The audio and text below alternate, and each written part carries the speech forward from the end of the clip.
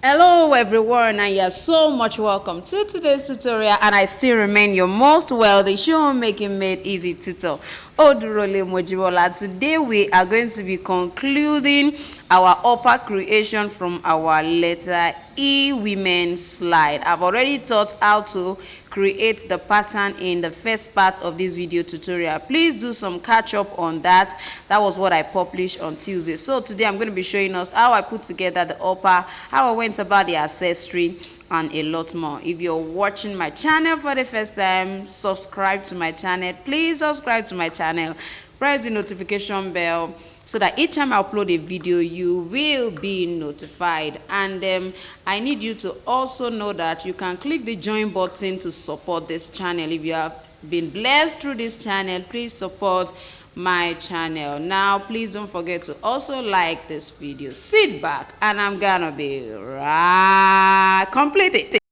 So now, after you have actually cut out your pattern, I've taught us how to cut the pattern in the first part. So you have created your pattern, cut it out, and just place them the way I placed this. You can see that I apply my contact cement adhesive, which is popularly called, I hear people say gum, different kind of names in short. So some people call it a Vostik, which is actually a brand name for one of the contact cement adhesive. So you can see we are inserting the strap. I'm sure those of us who have watched the first part will understand this, but I just want to show us how you can put them together. So let's teach. I inserted the small strap. So now I just want to apply my edge coat on all of the edges. I want to apply my edge coat on all of the edges. Just do this gently.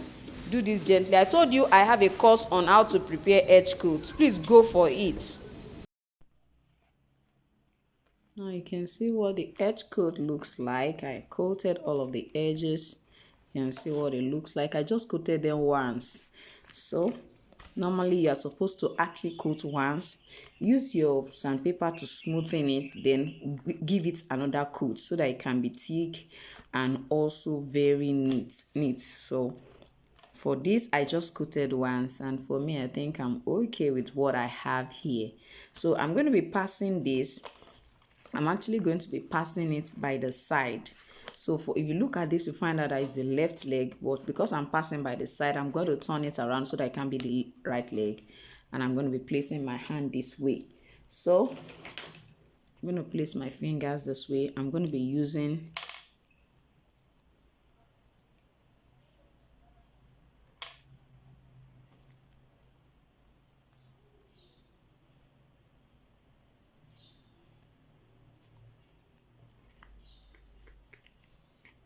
announce that to your neighbor. Say, this is the season when my highest expectations shall be fulfilled. So with that kind of word, I don't even know where to start from. But I'm responsible for dividing the Red Sea for you to walk in it. Psalm 1.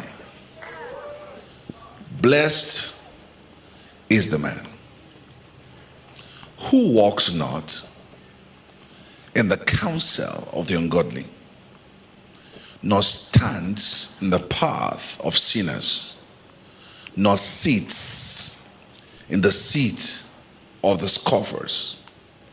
But his delight is in the law of the Lord, which he meditates day and night. He shall be like a tree planted by the rivers of waters, that brings forth its fruit in its season, whose leaf also shall not wither, and whatever he does shall prosper. I wanted you to look at that verse 3 as I begin to build up. This man does not listen to the advice of the ungodly. His principles are predicated on God's principles. Whether or not they are popular, he has made up his mind. Whether they work for now, they don't work, he has made up his mind that his lifestyle, the way he handles his children, the way he raises his family, the way he handles his finance shall be guided by God's word. That's what he has made up his mind to do. Now, the Bible says consequentially, because of this, he shall be like a tree planted by the rivers of water. So every other tree, it's natural that if it doesn't rain, they dry up. But this one has another source.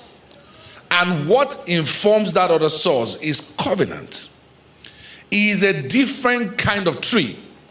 When every other tree withers during summer or whatever it is, no, it doesn't wither during summer, during dry seasons, let's use Nigeria, he doesn't wither. All through the year is bringing out flowers, is blooming, is blossoming. Every other tree is complaining. You see dry trees around it. Now, do you blame the dry trees that says maybe it's using jazz? Maybe is doing something. They also are around it. They are tapping from the same nutrient. But its roots has gone down by covenant and is linking to a river source. So everybody is looking at what should have supplied nutrients to him or to it by what you can see. But there's an invisible source. That is what covenant does to us. The Bible says, consequentially, because of where it's planted and where it's tapping from, it brings forth its fruit in its season. I used to quote it that it brings forth its fruit in his, H-I-S, God's season. No, his own season. Therefore, this particular plant that represents us, the Bible doesn't say we are trees, it says we are like. I can liken you to this kind of tree. This is your picture in the spirit. When he's supposed to give birth to a child, he gives birth to a child. When he's supposed to get married, he gets married. When their children also are supposed to get married, everything is moving according to the calendar of God upon their lives. They don't suffer delays. Whose leaves do not wither. Now, when they get to this level, they never come down. It is with these that anybody can brag and say, the next time you see me, I'll be better, I'll be richer, I'll be fresher. Come on, talk to me, somebody. Because if they ever get to this level, they don't go down. Their leaves do not wither. Now, I'm a son of a politician, and I see people coming to my home with siren, with security, and after like 6 years or 8 years, you see them walking. They don't have anything.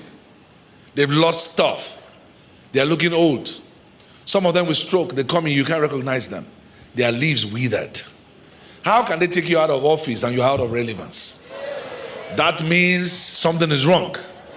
Their leaves don't wither. Their churches don't wither. Hallelujah. Their businesses don't wither. Their lives don't wither. For a while they may suffer temptation and attacks, but the bounce back is such that they don't wither. And whatever they are involved with prospers.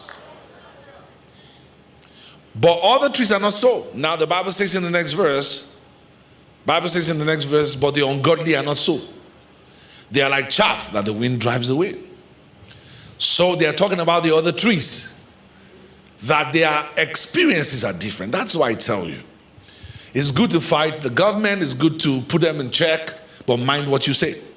Now you can see what our final product looks like. Please don't forget to like this video, don't forget to share, subscribe to my channel if you're watching for the first time, and please let me know if there's a video you would like me to work on. See you next time. Bye.